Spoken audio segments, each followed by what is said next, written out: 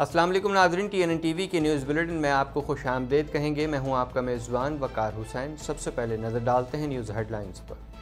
کراچی کے شہریوں کے لیے خوشخبری، پیپلز بس سروس کا آغاز ہو گیا۔ بلاول بھٹو نے پیپلز بس سروس کا افتتاح کیا۔ کراچی میں 7 روٹس پر 240 بسیں چلائی جائیں گی۔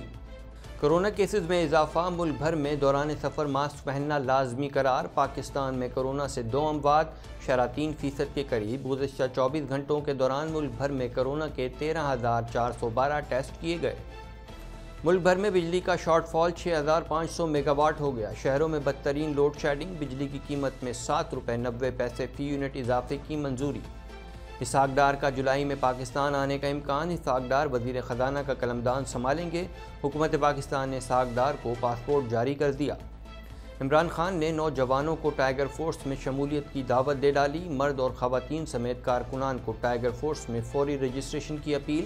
عمران خان نے کہا، عام انتخابات میں بیرونی طاقت سے مسلط مافیا کو شکست دینی ہے۔ الیکشن کمیشن کو پنجاب اسمبلی کی مخصوص نشستوں کا نوٹیفیکیشن جاری کرنے کا حکم۔ مسلم لیگ نون کا لاہور ہائی کورٹ کا مخصوص نشستوں پر حکم چیلنج کرنے کا فیصلہ۔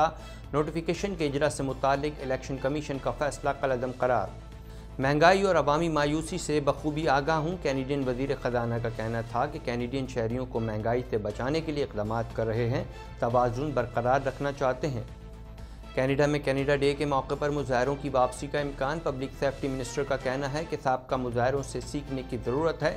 اوٹاوا پولیس کا کہنا ہے کہ مظاہروں سے نمٹنے کے لیے منصوبہ بندی کر رہے ہیں۔ کینیڈا نے بحیرہ بالٹک اور شمالی بحر اوقیانوس میں اپنے مزید 2 بحری جہاز تعینات کر دیے۔ جہازوں کی موجودگی سے نیٹو کے ساتھ تعاون مزید مضبوط ہوگا۔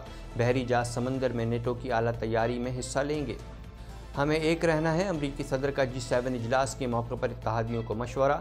اجلاس کے ایجنڈے میں روس یوکرین جنگ سر فہرست۔ روسی صدر نیٹو اور G7 کو الگ کرنا چاہتے ہیں۔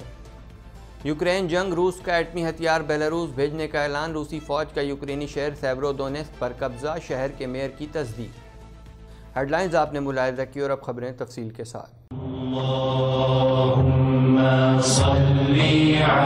سفر حج کے دوران کئی میل پیدل چلنا پڑتا ہے، لہٰذا ضروری ہے کہ روانگی سے قبل حالت احرام اور عام استعمال کے لیے آرام دہ اور مضبوط 2 جوڑے جوتے ساتھ رکھ لیں۔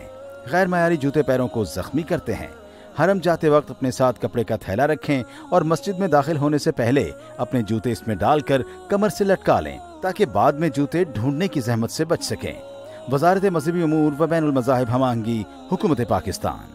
عازمین حج سے گزارش ہے کہ تمام ضروری سفری دستاویزات اور ان کی فوٹو کاپی یعنی پاسپورٹ، ٹکٹ، ویزا، شناختی کارڈ اور ویکسینیشن کارڈ اپنے پاس سنبھال کر رکھیں۔ کسی پریشانی سے بچنے کے لیے ضروری رابطہ نمبر یاد کر لیں یا ساتھیوں کو نوٹ کرائیں۔ وزارت مذہبی امور اور سعودی مکتب کے فراہم کردہ شناختی لاکٹ ہمیشہ پہنے رکھیں۔ وزارت مذہبی امور، بین المذاہب ہم آہنگی، حکومت پاکستان۔ سعودی عرب میں کھلی ادویات خصوصاً خواب آور ادویات لے جانا منع ہے۔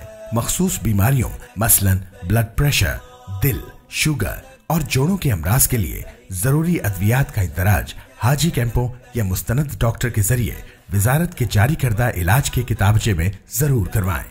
حاجی کیمپوں سے ادویات کی تصدیق اور پیکنگ ضرور کروا لیں تاکہ چیکنگ کے دوران زحمت کا سامنا نہ ہو۔